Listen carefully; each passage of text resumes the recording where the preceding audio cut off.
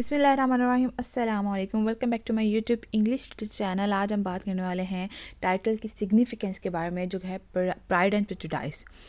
इस नावल को pride and prejudice का नाम ही क्यों दिया गया? ठीक है, पहले इनका नाम था फर्स्ट इम्प्रेशन, लेकिन बाद में क्रिटिकली रीड आउट करने के बाद जो जेन ऑस्टन है, उन्होंने इसका नेम बदल के प्राइड एंड प्रेजुडिस रख दिया, जो कि बहुत सूटेबल टाइटल है इस पूरी स्टोरी के लिए। अब ये एक रोमांटिक नावल है, जेन ऑस्टन ने इसको लिखा है और इन्होंने 3 वॉल्यूम्स इस नावल के जो है वो पब्लिश करवाए हैं 1813 में। ठीक है, फिर उसके बाद अगर बात करें कि जेन ऑस्टन जो है ना, इन्होंने अपनी लाइफ में 3 नावल्स लिखे थे। सेंस एंड सेंसिबिलिटीज़, जो कि बहुत मशहूर नावल है, Mansfield Park as well as Emma. ये 3 ऐसे नावल थे जो उन्होंने अपनी लाइफ में पब्लिश करवाए थे। और जब इनकी डेथ हो गई थी, आफ्टर डेथ इनके 2 नावल पब्लिश करवाए गए, परसुएशन एंड नॉर्थ एंगर एबे। ठीक, अगर बात करें इनके प्लॉट के बारे में, प्राइड एंड प्रेजुडिस के प्लॉट के बारे में, तो ये प्राइड जो वर्ड है वो सूट करता है फिट्स विलियम डार्सी पे, और प्रेजुडिस एलिजाबेथ बेनेट। प्राइड का मतलब होता है गुरूर।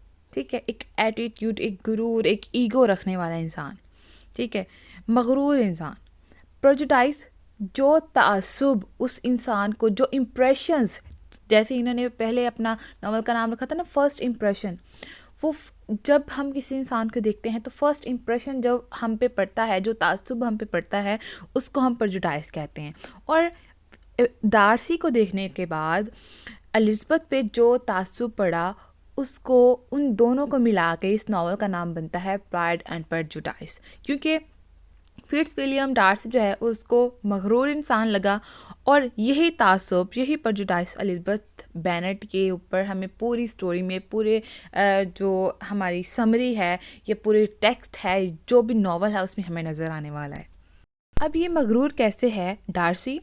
ये एक अरिस्टोक्रेटिक फैमिली से बिलोंग करता है, ये लैंडलॉर्ड है। ठीक है, अब जो एलिजाबेथ बेनेट है, वो एक कंट्री मैन की बेटी है, जेंटलमैन की बेटी है। ठीक है, जो कि लोअर क्लास से बिलोंग करते हैं। और उस ज़माने के लोग जो थे, उस एरा के लोग सिर्फ ये सोचते थे कि उनके पेरेंट्स, लड़की वालों के, जो लोअर क्लास की लड़कियां होती थी, कि किसी अपर क्लास के अमीर तरीन इंसान को देख के उसके साथ शादी कर दी जाए, ताकि हमारे बच्चों का फ्यूचर सिक्योर हो जाए। ठीक है, क्योंकि तब क्या होता था कि प्रॉपर्टी नहीं मिलती थी, लड़कियों के नाम नहीं प्रॉपर्टी की जाती थी, तब ये रूल्स नहीं थे। और उनका कोई भाई भी नहीं था। ठीक है, एलिजाबेथ बेनेट का कोई भी भाई नहीं था, ये बहनें ही थी। अब जब इनका भाई नहीं था, तो इनकी जो प्रॉपर्टी थी वो ऑटोमेटिकली फादर के बाद इनके एक कज़न थे कॉलिन्स, उनके पास जाने वाली थी। तो इनके फादर ये भी चाहते थे कि इनमें से एक बेटी का जो शादी है वो कॉलिन्स से हो जाए, ताकि हमारी प्रॉपर्टी जो है सिक्योर हो जाए, हमारे घर में ही रहे। और इसके अलावा इनकी जो माँ चाहती थी, वो कहती थी हमारे बाकी सभी बेटियों की शादी जो है ना, वो किसी अमीर बंदों से हो जाए, ताकि इनका फ्यूचर सिक्योर हो जाए, इनकी सिक्योरिटी मिल जाए, और हमारी बच्चियाँ जो है अच्छी ज़िंदगी गुजार सकें। अब जब एलिजाबेथ बेनेट फर्स्टली डार्सी से मिलती है, तो ये इसको बहुत प्राउडी लगता है, और ये तासुब उसको पूरी स्टोरी में, पूरी लाइफ जो है उसके साथ ही रहता है, उसके जहन पे छप जाता है कि ये गुरूर वाला इंसान है। अब जो मर्ज़ी जो कही जाए, ठीक है, वो उसको समझ नहीं आने वाला। अब कहा जाता है कि एलिजाबेथ जो है ना, उसको बहुत अच्छी और समझदार लड़की कहा जाता है, लेकिन वो अभी शादी के मामले में, अफेयर्स के मामले में दूसरों को वो जज करने में नाकाम हो जाती है। जो डार्सी है वो उसको मगरूर लगता है, और एक और आर्मी ऑफिसर है, वो इसको जो है वो बड़ा अच्छा लगता है, काम इंसान लगता है, काइंड हार्टेड लगता है। जबकि सिचुएशन जो है वो इनकी टोटली उल्ट होती है। अब क्या होता है, they must overcome their sense of pride and prejudice in order to fall in love and marry. अब इनका गुरूर जो है वो किस तरह ख़त्म होने वाला है, या तासुब जो है वो किस तरह ख़त्म होने वाला है, जब वो एक दूसरे से उनका लव रिलेशन चलेगा और वो शादी कर लेंगे, फिर ही इस तासुब को ख़त्म कर सकेंगे और समझ सकेंगे। वरना पूरी स्टोरी में वो उसको गुरूर वाला समझती रहती है। ठीक है, और वो जो है वो अपने आप को प्रूफ भी करता है। वो उसकी नेचर इस तरह की है कि वो एटीट्यूड वाला और ईगो हार्टेड बंदा लगता है।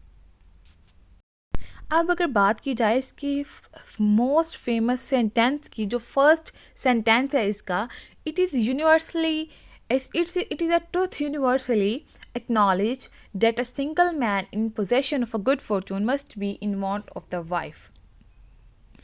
ये एक यूनिवर्सली ट्रुथ है कि जो एक सिंगल मैन होता है ना, अपनी अच्छी फॉर्चून के साथ, अच्छी किस्मत के साथ, वही एक वाइफ चाहती है, वही एक औरत चाहती है। ठीक है, अब यहाँ पे आपको प्राइड एंड प्रेजुडिस साफ साफ नज़र आ रहे होंगे। औरतों के, बीवियों के या औरतों के माइंड में क्या तासुब है कि उनको एक अच्छी किस्मत वाला कौन, यानी कि अमीर शौहर, ठीक है, हैंडसम हो, खुश शक्ल हो, अमीर हो, और यही वाइफ चाहती हैं। और जो अमीर गुड फॉर्चून वाला आदमी होता है ना, वो अब ईगो वाला होता है, उसको अपने पैसों का गुरूर होता है, और काइंड हार्टेड भी नहीं होता, जस्ट लाइक विलियम डार्सी। अब यहाँ पे इस सेंटेंस से ही हमें प्राइड एंड प्रेजुडिस का पूरा थीम मिल रहा है। क्या है कि एक अच्छी किस्मत वाला, एक गुड फॉर्चून, यानी कि जो है एक इंसान जिसके पास बहुत पैसा हो, ठीक है, वो एक औरत चाहती है, यानी कि औरत का तासुब नज़र हमें यहाँ पे आ गया है। और यहाँ पे मर्द का प्राइड भी नज़र आ गया कि उसके पास सिंगल मैन है, उसके पास गुड फॉर्चून है। ठीक है, गुड फॉर्चून के होने के साथ अब वो जब अपनी किस्मत पे रश्क करेगा तो क्या होगा कि फिर वो एटीट्यूड में आ जाएगा, वो गुरूर में आ जाएगा, तो फिर वो प्राइड शो करवाएगा। और यही प्रेजुडिस जो है, जो औरत के जहन में है कि हमारा शौहर जो है वो ऐसा गुड फॉर्चून वाला होना चाहिए, ये हमें प्रेजुडिस जो है वो यहाँ पे नज़र आ रहा है कि एक वाइफ का यही तासुब है कि उसको ऐसा ही मर्द चाहिए। अब बात करें अगर इस नावल का नाम किस बेस पे रखा गया है, इस नावल का नाम ह्यूमन नेचर की बेस पे रखा गया है। ठीक है, पहले इसका नाम फर्स्ट इंप्रेशन था, एज आई सेड, तो उसके बाद इसका नाम जो है प्राइड एंड प्रेजुडिस रख दिया गया इसके स्टोरी को देखते हुए, जो कि बहुत सूटेबल है। इस प्लॉट को देखें, अगर स्टोरी को देखें तो बहुत सिग्निफिकेंस टाइटल है इसका। In fact the title summarise the whole novel.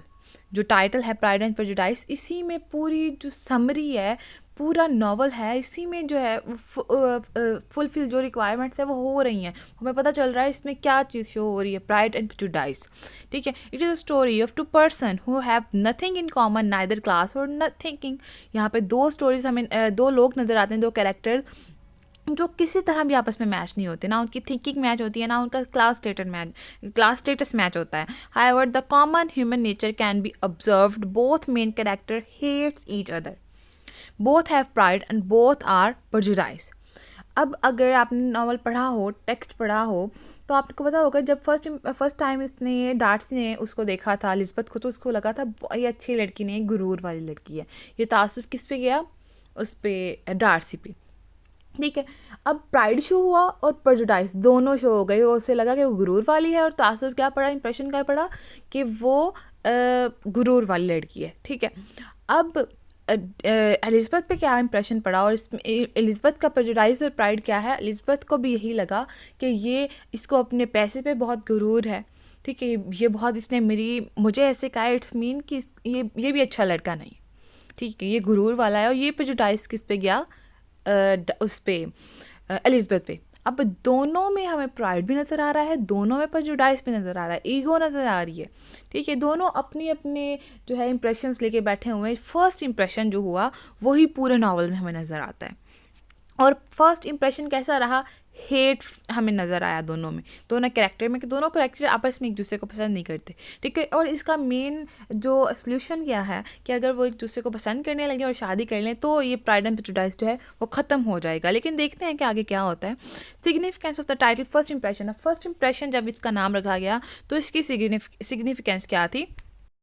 जब डार्सी और एलिज़ाबेथ जो है अपनी फैमिली के साथ एक बॉल पार्टी में गए, वहाँ पे इन्होंने एक दूसरे को देखा। फर्स्ट इंप्रेशन जो भी पड़ा इसका, वो फर्स्ट इंप्रेशन इस टाइटल के हिसाब, इस फर्स्ट इंप्रेशन के हिसाब से उन्होंने इस जो नावल का टाइटल रखा था फर्स्ट इंप्रेशन, कि जो भी उनका फर्स्ट इंप्रेशन पड़ा था। ठीक है, nonetheless the impression of both persons were too bad. Elizabeth think that Darcy possesses too much pride and some extent if she is true. His remark is she is not handsome enough to tempt me, जब उसके Bingley ने कहा ना कि तुम Elizabeth के साथ dance कर लो, ठीक है, तो वो कहता है कि नहीं, ये इतनी भी अच्छी नहीं है कि मैं इसके साथ डांस कर सकूँ। तो ये बात जब एलिज़ाबेथ सुन लेती है तो उसको लगता है कि ये अच्छा इंसान नहीं है, गुरूर वाला इंसान है, ठीक है, मेक एलिज़ाबेथ प्रेजुडाइज। और यही तासुब जो है वो एलिज़ाबेथ के जहन में छप जाता है।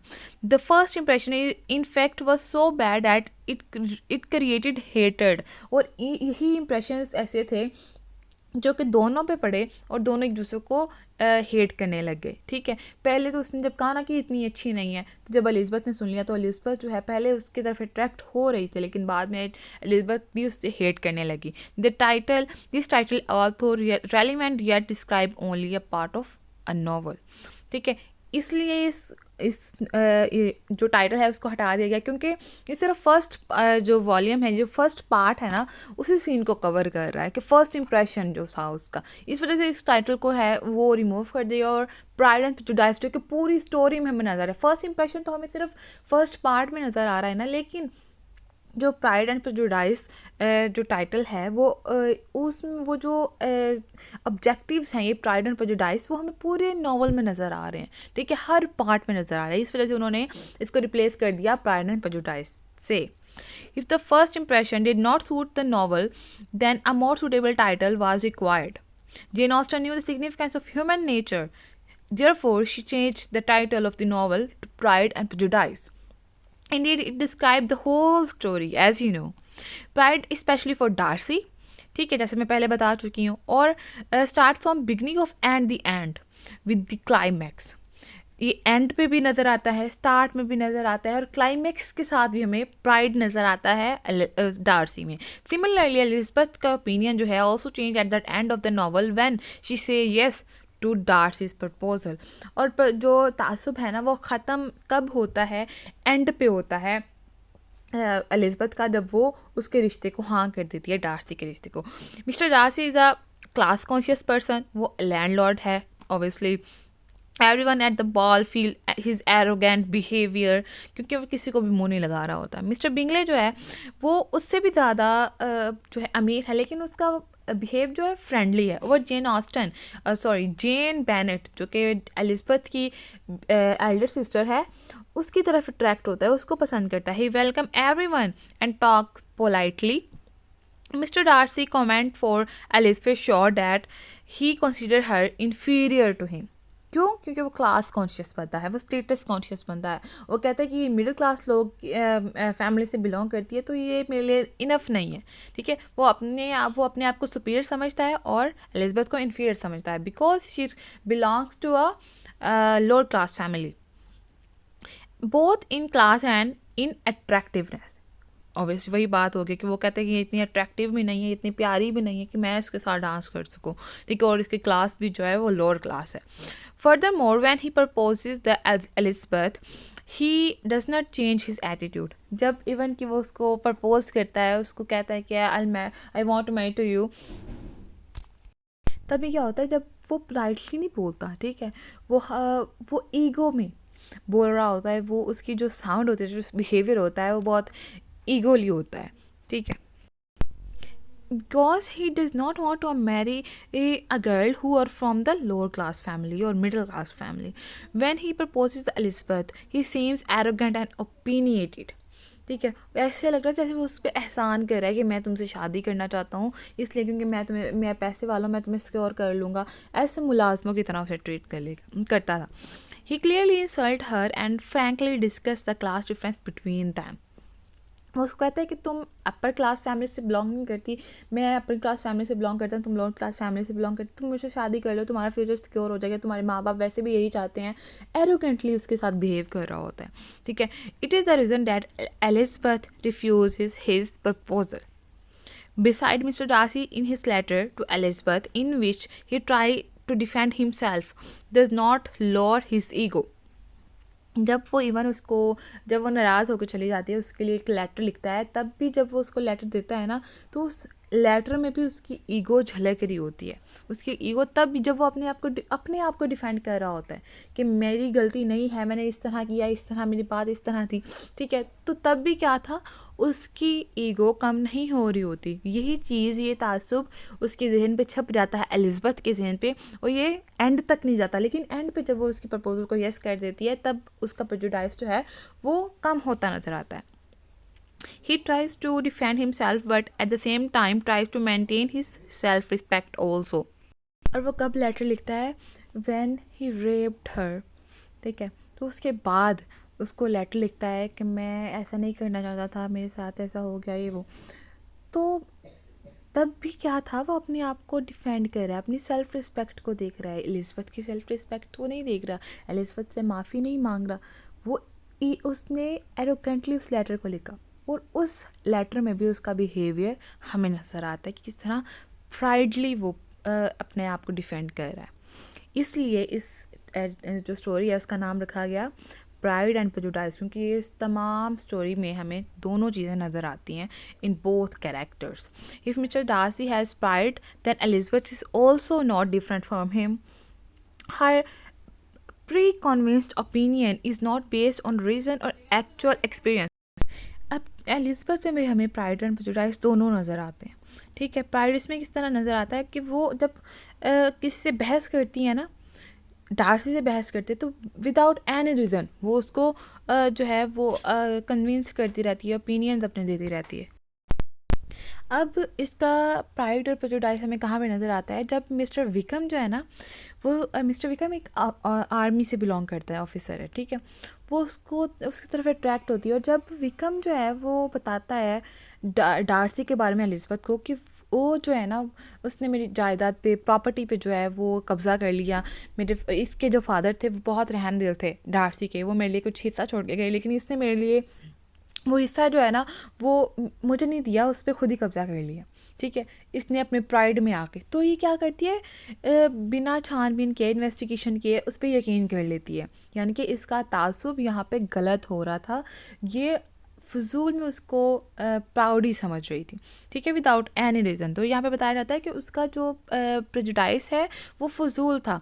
किस तरह, अब यहाँ पे कुछ लाइन्स हैं, वो कहती है कि इट इज़, जेन ऑस्टन बताती है, it is easy to understand the term pride and prejudice has broader meaning. अब वो कहती है प्राइड एंड प्रेजुडाइज दो अलग मतलब होते हैं। किस तरह, and short definition of prejudice should be kept in the mind. अब प्रेजुडाइज क्या होती है अकॉर्डिंग टू जेन ऑस्टन, के कुछ ऐसे ओपिनियन जो कि बेस्ड करते हैं किसी रीज़न पे, कुछ एक्चुअल एक्सपीरियंसेस पे। एक्चुअल एक्सपीरियंस इसने क्या, कुछ भी नहीं किया, विदाउट एनी रीज़न उसको गुरूर वाला, प्राउड ही समझती रही, और यही तासुब उसने अपने ध्यान में बैठा लिया। हालांकि क्या था कि उसने, हर किसी की अपनी चॉइस होती है कि वो उसके साथ डांस करे या ना करे, उसके अल्फाज होते हैं, लेकिन with the passage of time वो ओपिनियंस, वो अल्फाज चेंज भी होते रहते हैं, ठीक है, उनकी थिंकिंग्स चेंज भी होती हैं। तो प्रेजुडाइज क्या है अकॉर्डिंग टू जेन ऑस्टन के एलिज़ाबेथ का फजूल था, क्योंकि उसने विक्रम के कहने पे भी उस पे क्या, विक्रम के कहने पे भी उस पे जो है अपना रीज़न, विदाउट एनी रीज़न उसने ओपिनियन बैठा लिया अपने जहन में, वो प्रेजुडाइज बैठा लिया कि हाँ ये वाकई प्राउडी है, इसमें प्राइड पाई जाती है, ये प्रेजुडाइज उसका बिल्कुल गलत था। अब उसी तरह वो बताती है कि वैनिटी में और प्राइड में ये दो अलग टर्म है, इसमें बहुत डिफरेंस है। किस तरह, कहती प्राइड जो है ना वो एक ऐसी चीज़ है जो कि हम खुद अपने बारे में सोचते हैं कि हमें बहुत गुरूर है, हमें पैसे पे गुरूर है, हम हर वक्त मैं करते रहते हैं, ठीक है, अपने बारे में सोचते हैं। लेकिन वैनिटी क्या है, जब दूसरे आपको प्राउडी समझें, ठीक है, what others think and prejudice is creating false opinion without knowing a person. जब दूसरे किसी इंसान को समझने में गलती कर दें और खुद से ओपिनियन बना लें कि ये ऐसा है, ये ऐसा है, ठीक है। समटाइम लड़कियां क्या करती हैं, किसी को देखती हैं, किसी और लड़की को देखती हैं, तो क्या कहती हैं कि ये तो बहुत एटीट्यूड वाली है, ये बहुत ईगो वाली है। लेकिन जब वो उससे बात करती है तब पता चलता है कि वो बिल्कुल अपनी पर्सनैलिटी जैसे वो नज़र आती है उससे बिल्कुल डिफरेंट है।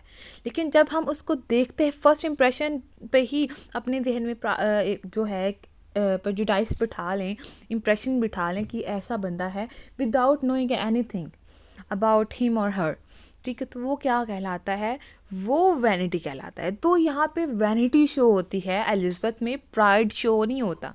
ठीक है, वो क्योंकि एलिज़ाबेथ ने उसके बारे में सोचा कि प्राइड था, हालांकि वो अपने बारे में नहीं सोचता था ना, वो कहता था कि मैं प्राउड ही हूँ।